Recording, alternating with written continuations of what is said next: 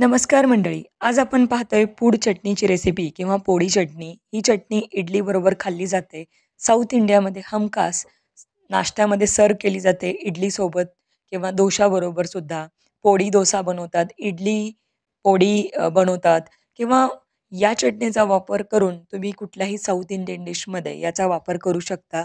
अतिशय टेस्टी होते. हल्ली बाजारात विकतची पोळी चटणीसुद्धा मिळते.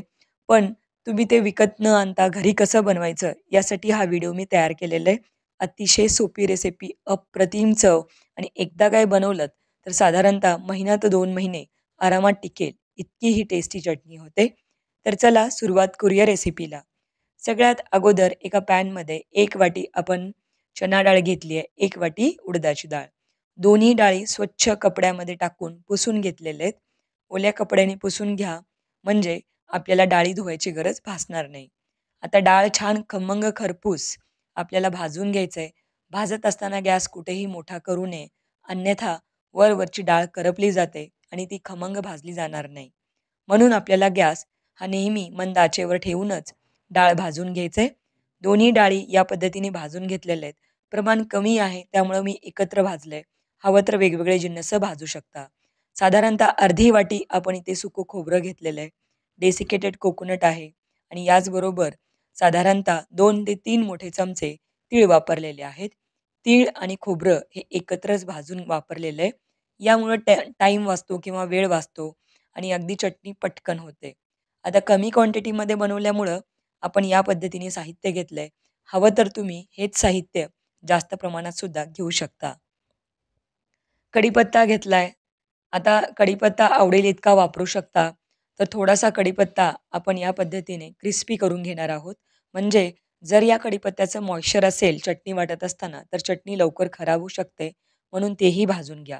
1 मोठा चमचा काळी मिरी, साधारणतः 2 ते 3 मोठे चमचे धने वापरलेले आहेत साबूत आणि साधारणतः 2 चमचे आपण इथे जिरे वापरलेले आहेत. याचबरोबर काश्मीरी रेड चिल्ली साधारणतः 7 ते 8 किंवा चवीनुसार कमी जास्त प्रमाण करू शकता.